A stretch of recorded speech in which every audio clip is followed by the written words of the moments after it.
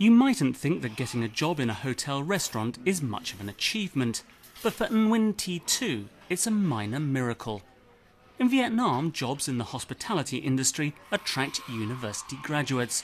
The competition's tough, and people like Tu rarely stand a chance. She grew up in the countryside outside Hanoi. It may be picturesque, but the people here are poor. Many live on little more than $1 a day. And this is Tu's family home.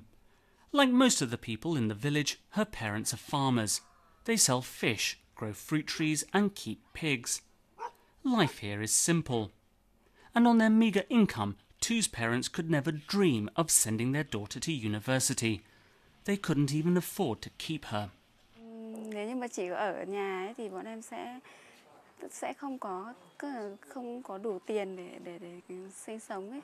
Thì đi lên trên đấy kiếm thêm tiền để nuôi sống mình cũng như là giúp đỡ về gia đình. Still a teenager, she travelled alone to the big city only to find the streets weren't paved with gold. For vulnerable young people, crime, prostitution and poverty all beckon. This is the Cha Lam Bien district of Hanoi. It's quite a rough area. It's where people from all over Vietnam tend to wash up when they first come to the capital, Tu included. She was living here on the streets, in hostels, selling newspapers, selling fruit, trying to scratch a living. And then something happened that turned her life around. Like these young would-be chefs, Tu was offered a chance to train at KOTO. KOTO stands for No One Teach One. It's a charity started 5 years ago by a Vietnamese Australian who wanted to help Hanoi's street children. Over the course of 18 months, these young people will be taught all the skills they need to help them get jobs in the restaurant and hotel business. And it's not just about learning how to cook. Just a coffee and a croissant, please. There are classes teaching front-of-house skills and English as well. You can't help but sense the students' enthusiasm. This group is chatting away in English about wine. It's little short of astonishing, but that's KOTO for you.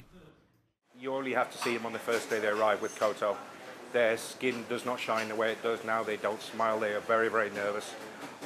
They are scared. And you see within a couple of months they're talking and they're chatting and they're smiling. Within 4 to 6 months they're spending money on themselves and their appearances. And they are getting more and more just confident and outgoing. Once they've learned their basic skills at KOTO's training centre, students come here to the charity's restaurant. It's open to the public and has hundreds of loyal customers. Some former trainees come back as teachers. Others, like Tu, drop in to say hello and pass on a few tips at the same time. Tu's new boss says her training made her a real asset. She's been fantastic from day one. The moment she arrived, she knew what to do, she knew how to handle, and that was excellent. The other thing for us, which is important, is that KOTO School is picking up children from the streets, assisting them, developing them for 18 months, and then we take them. And again, that's really for us very powerful. We're taking these kids from the street and we're part of the community. Meanwhile, back at KOTO, they're hoping to increase the number of training places by 50%.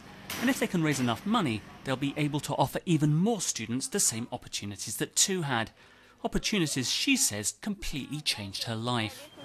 And now I have a good stop in the Hilton Hotel, so I can support my family and improve my life.